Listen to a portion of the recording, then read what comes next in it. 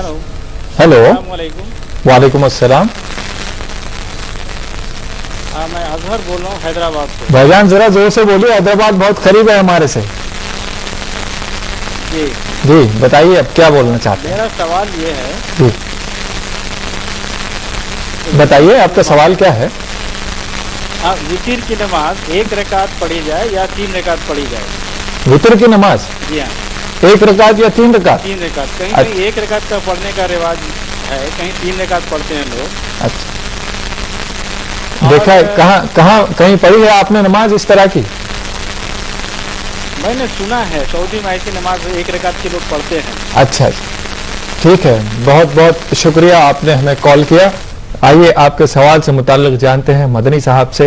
वालेकुम अस्सलाम व रहमतुल्लाहि व बरकातुहू। और जहां तक वितर का मसला है तो अल्हम्दुलिल्लाह नबी अकरम सल्लल्लाहु अलैहि वसल्लम से वितर के कई पैटर्न साबित है, कई अंदाज, और नबी अकरम सल्लल्लाहु अलैहि वसल्लम का अमल भी साबित है 1 रकात पढ़ना, नबी अकरम सल्लल्लाहु अलैहि वसल्लम का कौल भी साबित है 1 रकात पढ़ना।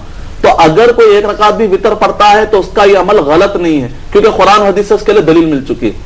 अलबत्ता नबी अकरम सल्लल्लाहु अलैहि वसल्लम का अक्सर जो अमल था वो 3 का था, तो लिहाजा एक सुन्नत होती है कभी कभी वाली, एक सुन्नत होती है अक्सरी वाली, तो हमको चाहिए कि अक्सरी वाली सुन्नत अपनाएं। नबी अकरम सल्लल्लाहु अलैहि वसल्लम 3 पढ़ा करते थे, लिहाजा हमको 3।